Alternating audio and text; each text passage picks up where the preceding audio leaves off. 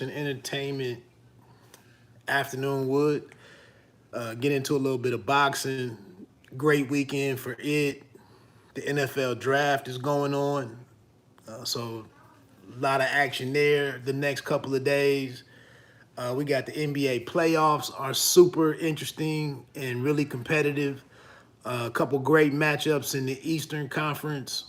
We got Miami and Philly, and then Milwaukee and Boston. I mean, bruh. Uh, Entertainment though, I really can't fit everything into this weekend that I like to do. We have the part two of the what is this? The fourth and final season of Ozark is now available on Netflix. So it's gonna be hard for me to get off the couch this weekend, seeing how things come to a close for the Bird family and my girl. What's her name? Ruth. That don't sound right, but I haven't looked at the show in a minute. I think it's Ruth. Julia Garner is the actress's name. So a lot of expectations with the closeout of Ozark. Kind of sad to see one of my favorite titles going away, but I'm very interested to see how they bring it to a close. Especially, spoiler alert, since we lost a great character on the show like Darlene in part one of season 4. So we'll bring that to a close.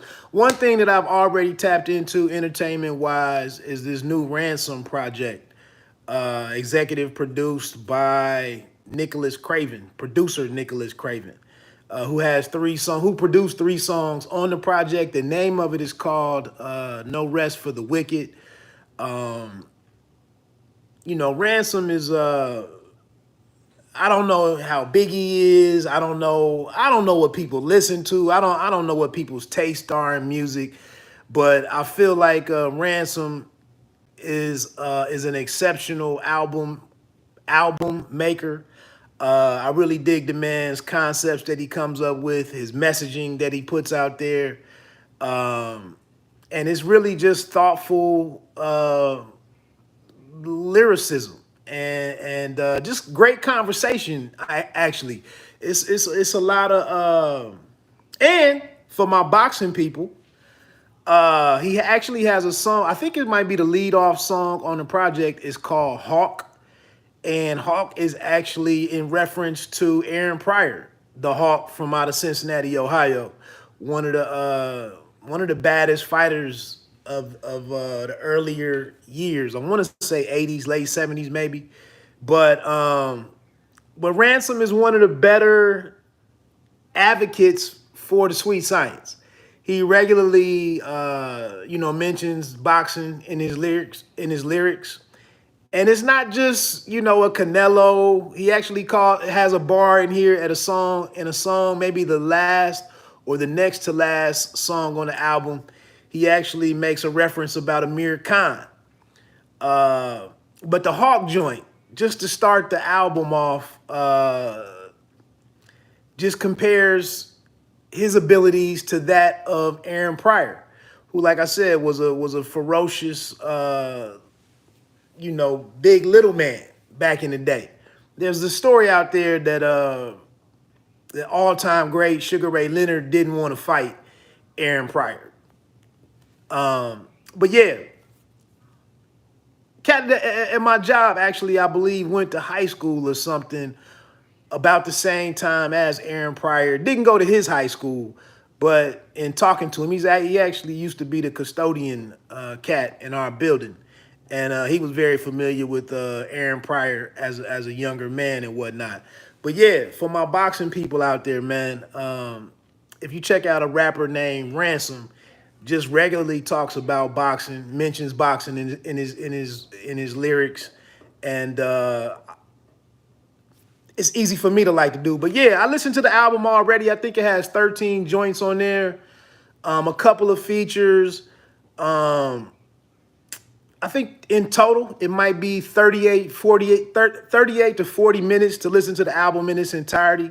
No Rest for the Wicked. And again, it's just Ransom is one of those artists, man. I feel like he's not going to be recognized and respected as,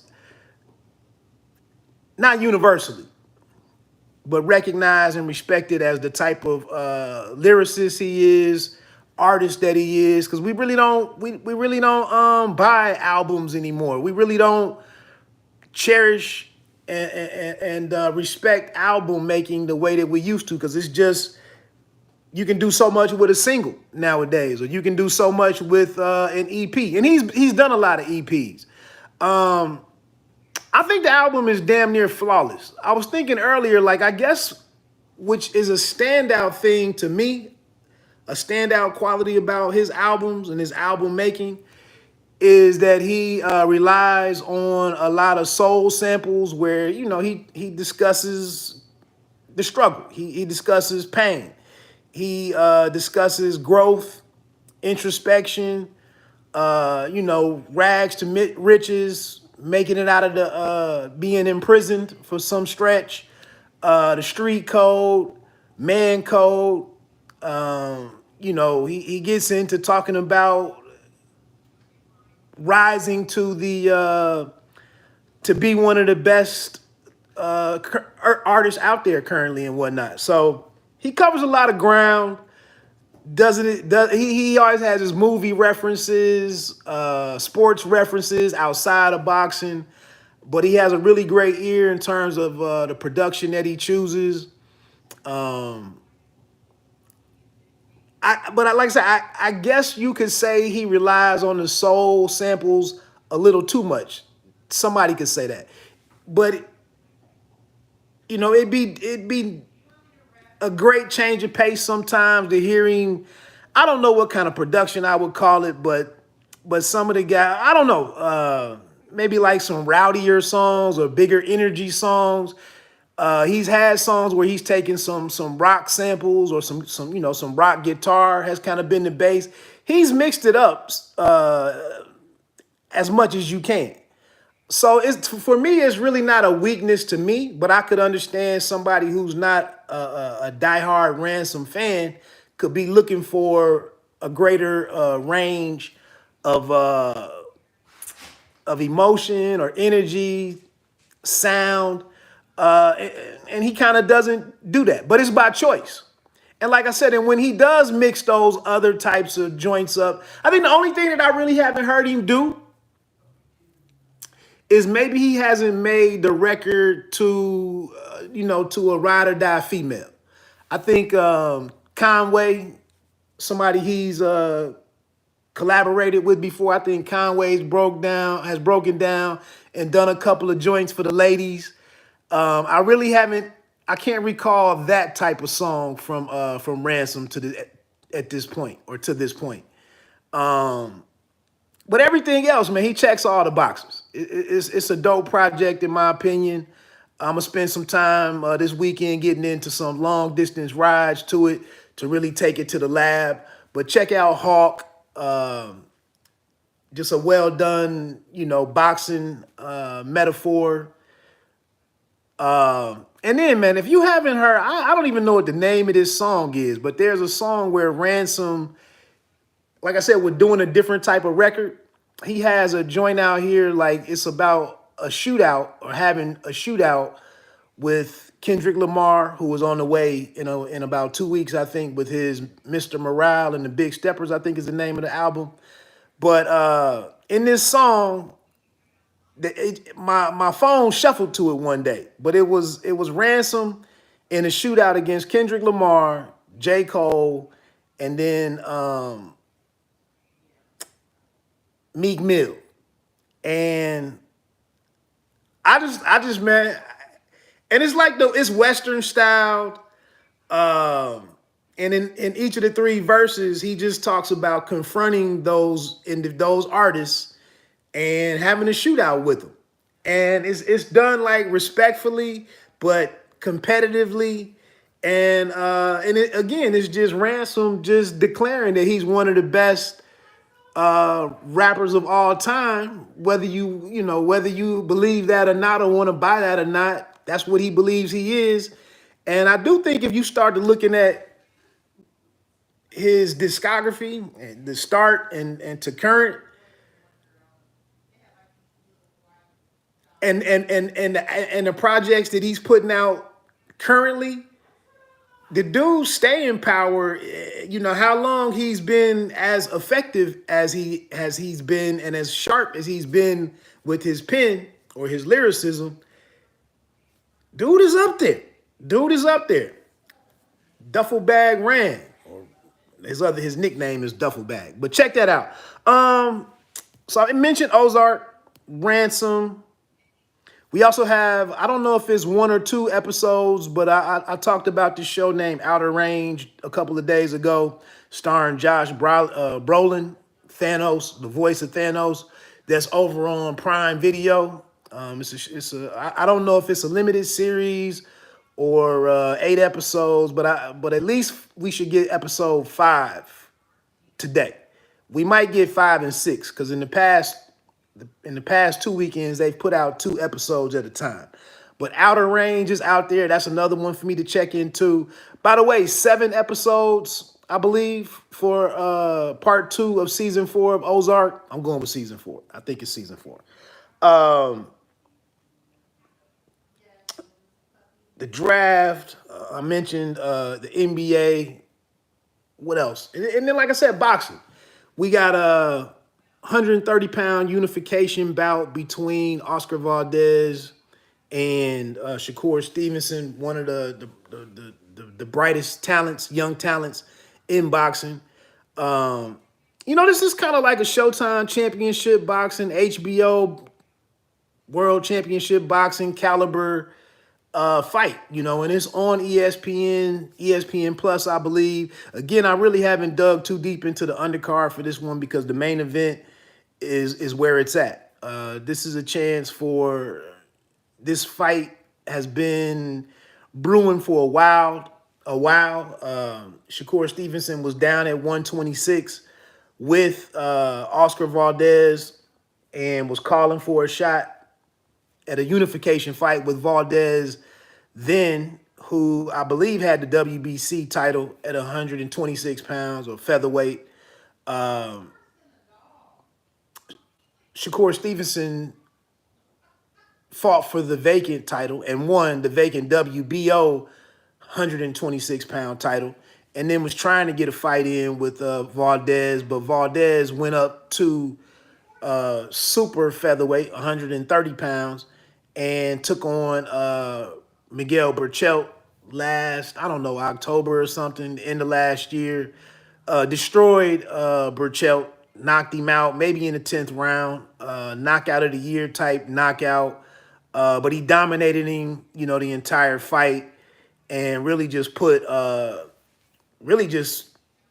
set off the beginning of what looks like the beginning of the ending for Miguel Burchelt, who was highly regarded by some people. In the meantime, Shakur Stevenson moved up to 130 pounds. Got into, used the ability in the WBO and that sanctioning body. If you're a champion, you can move up a division and automatically be inserted as the #1 contender to the champion of the weight class above you. So he came up and had enforced his right to a fight with the then reigning champion, Jamel Herring. He had to wait a little bit of time as Herring had a fight out there with Carl Frampton, and then Shakur and Herring had their showdown. It was pretty one-sided. It was all Shakur Stevenson who beat a champion finally, fought a champion, defeated him soundly.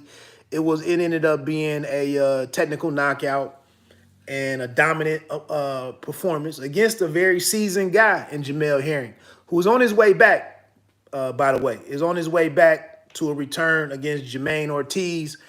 Herring is now under the tutelage of Manny Robles instead of Bo Mack from Bo Mack and Terrence Crawford.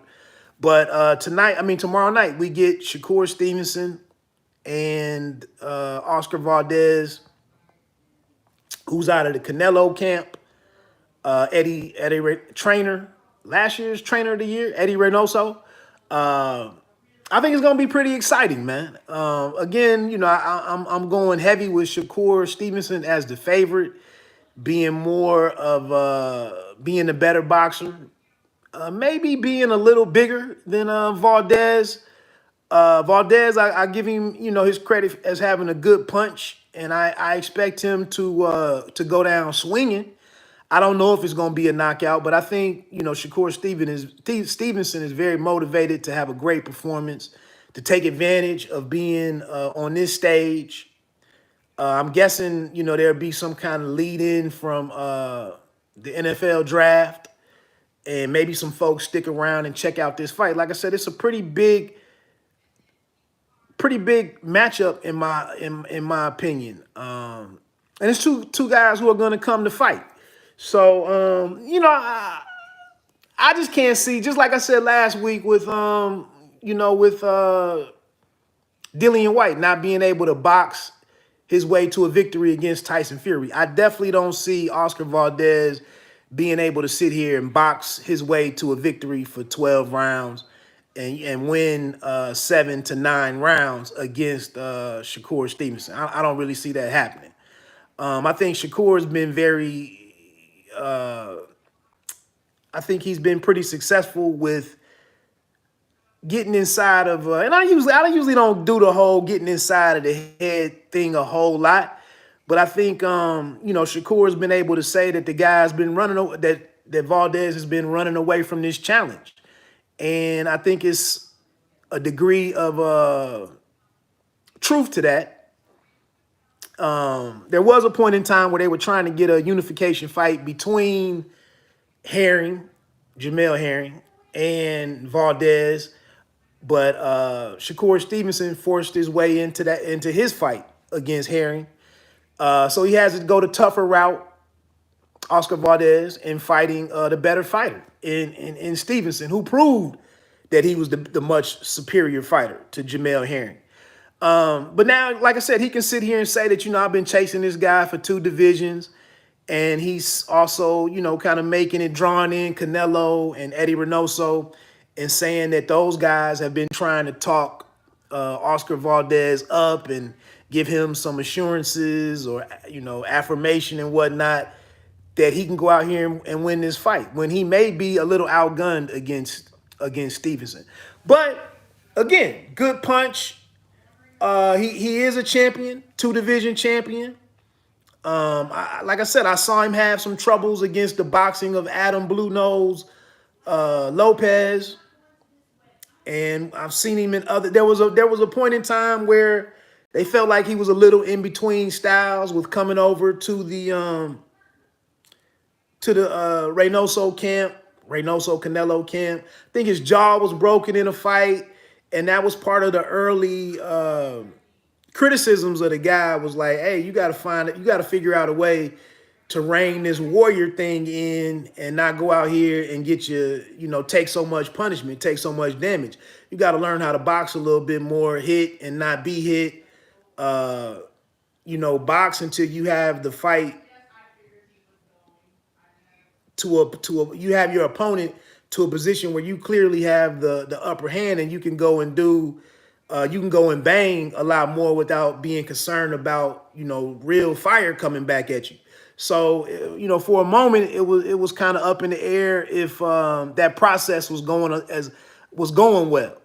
But like I said, he has the performance that he had against former champion Miguel Burchelt, and I got some great expectations for this fight. Moving over to the ladies' fight that's also tomorrow on DAZN. Katie Taylor, 135-pound or lightweight undisputed champion Katie Taylor against Amanda Serrano. I think Serrano has 1 belt in 7 divisions. I think it's going to be a good fight. It's headlining Madison Square Gardens, from what I understand. Both of the women are getting a 7-figure payday. That's pretty damn awesome. It just goes to show that the ladies, there is a formula or a path to the women getting these types of paydays and building to these types of events where, the ticket sales are pretty good. The anticipation is there, is buzzing. The fight week has been pretty well received, I think. And I think we're going to get a good fight Saturday. Like I said, I think Serrano is a bit of the better all-around boxer at this point. The heavier puncher, the bigger puncher of the two. But I think, Katie Taylor is a consummate professional. Maybe not, superior ability, but a very solid fighter. I like how she listens and works with her chief second. I can't remember his name, but they seem to have a pretty good rapport. She trusts him and listens very well. A lot of fighters, I can't think of who that fighter was a couple of weeks ago. Erickson Lubin really did not follow the instructions of Kevin Cunningham in his fight against Sebastian Fundora. And, I think that's a real strength for Katie Taylor, is that she has a good connection with her trainer. She responds to his instructions in between the rounds, and you can sit there and see how she goes out there and tries to implement what he's instructing her to do and the adjustments that he's asking her to make or demanding that she make, so that they had the best chance of the victory. I just think here, Serrano might be the better fighter. And that's how it goes down sometimes. We saw the close fight where Pursuit may have even earned, maybe earned the decision that she didn't get when they fought at Madison Square Garden a couple of years ago. Taylor and Delphine Pursuit. But she came back and got the victory over Pursuit, and I thought that was a pretty good fight I thought that was a really good performance from Katie Taylor. But Serrano is a different, is a different problem, a different set of skills coming at her. But I think it's going to be an interesting fight. Also on that is Liam Smith and Jesse Vargas. Not a bad fight. Should be a competitive fight. And then also the women's super middleweight. I've talked about this card like 3 times this week. But I'm really looking forward to Franchon Cruz-Dezurn, unified super middleweight champion, against the other unified super middleweight champion and Elin Setaroos. Haven't been able to sell too many on my expectations for that fight, but hey, it's here now. I think that's going to be a firefight. Maybe somebody gets knocked down, but should be hard fought. Should be really hard fought. Before I get on off of here, just with the whole draft, the Jets out here, doing some good things with the picks that they've put together. I think Sauce Gardner, is that who they got? And then, or was it a wide receiver? No, it was a wide receiver. Anyway, I'm going to stick to my Washington Commanders. They had the number 11 pick, made a trade, dropped down to, I think, 16. The safety out of Notre Dame, Kyle Hamilton, was there for them to take at 11. They opted to drop back and then picked a wide receiver from Penn State and Jahan Dotson. I can be optimistic for the kid and want things to go well. I'm not a fan of the small wide receivers. Not when you can see the dude, not when I can sit here week after week after week and watch the problems that the 6'2" and up guys pose, the 6'3" and up guys, or the 6'5" guys. I know some people were pretty big on Drake London out of USC. I saw he was listed at 6'5". Last night they had him at 6'4". Some people said he's short as 6'3". He went in the top 10, I believe. I just think with Terry McLaurin on the other side, like, get somebody that's polar opposites of him, but still, has some great athleticism and can just be that physical that physical type of that big wide receiver that can still get down the field, outrun some guys and all, just mix it up. To have all the wide receiving core in the same, kind of the same mold, we don't have a precision type offense to do all of that. Again, I'm tired of Washington trying to drive the whole field. Now I know we got some speed guys per se with De'Ami Brown, and now adding Dotson and then McLaurin. But then you turn around and the offense is all dink and dunk, dink and dunk all the way down the field into the, inside the 5-yard line, and we still dinking and dunking. So I don't know. Maybe you add this kid in here and it presents some kind of matchup, some favorable matchups, and maybe they can get vertical. I don't know, but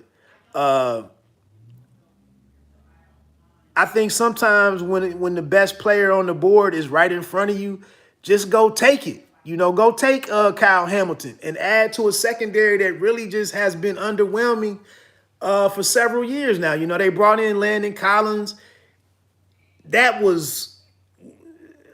We got to make him into a hybrid player. He has to be part linebacker, part safety.